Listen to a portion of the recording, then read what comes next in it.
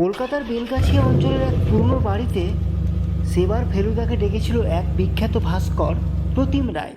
তার সমস্যা ছিল অদ্ভুত। তার বানানো কাঁচের মূর্তি রাতে ঘরে হাঁটে না, সে ভূতে বিশ্বাস করেন না। তবু তিনি বললেন, ফেলুদা বাবু, কাঁচের একটা মানুষ যদি হেঁটে যায় সেটা তো একটা কেস নয়?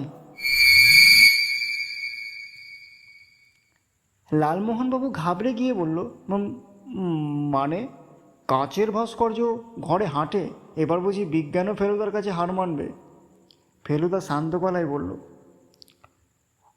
আপনার সমস্যার মূল খুঁজে বের করাই আমার কাজ। কাঁচ ভাঙে, কাঁচ বাজে, কিন্তু তো কাঁচ হাঁটে না। চলুন দেখি ব্যাপারটা। প্রতিম রায়ের স্টুডিও, চারপাশে ভাস্কর্য, একটা বিশাল কাঁচের মানুষ দাঁড়িয়ে।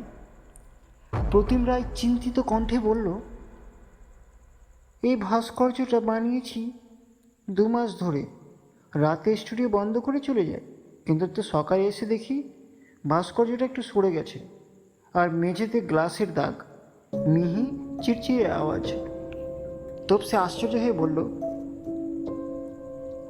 ভাস্কর্য কি সত্যি হাঁটছে?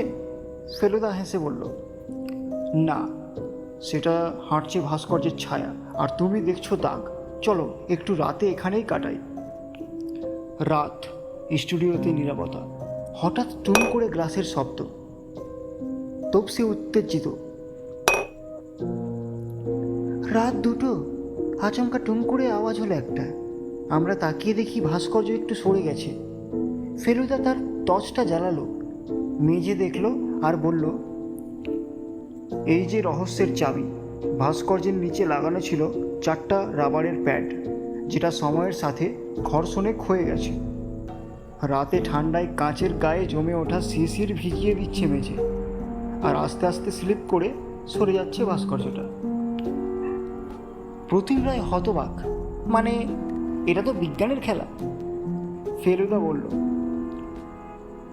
ভূত নয়, বিজ্ঞানই সবচেয়ে অদ্ভুত জিনিস, আর যে চোখ দিয়ে দেখো তা সবসময় ঠিক বলেই না।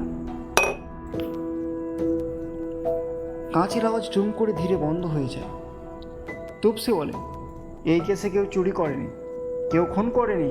তবু প্রতিমবাবুর বিশ্বাস ফিরিয়ে দিয়েছিল ফেলুদা, আর প্রমাণ করেছিল যা অদ্ভুত তা সবসময় অলৌকিক নয়।